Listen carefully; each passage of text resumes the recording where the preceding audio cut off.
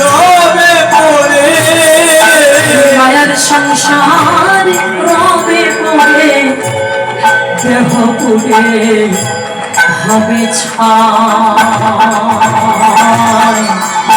আমার করিস নিছে ওরে আমার বলতে কেহ নাই আমার করিস নিছে সেরা কাতায় শুয়ে তোরে নিয়ে যাবে সারজনা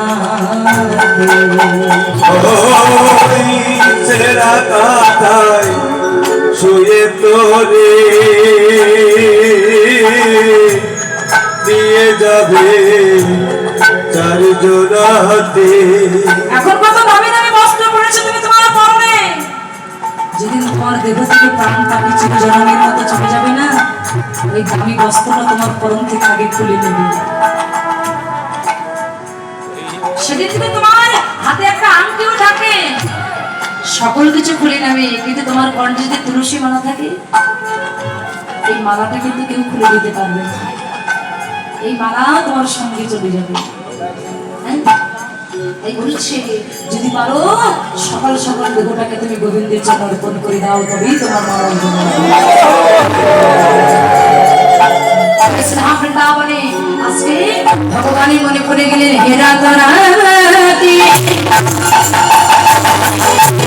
ওই সরো ভাতি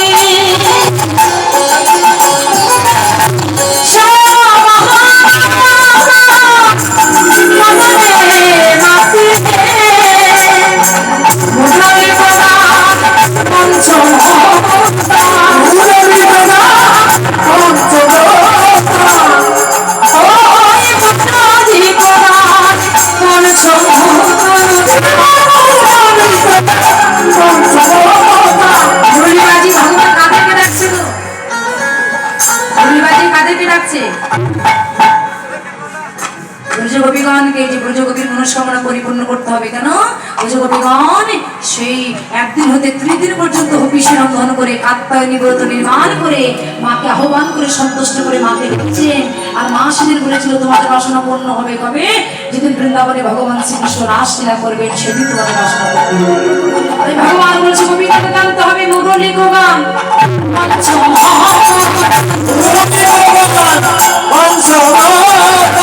নমতি ছিটা চরণে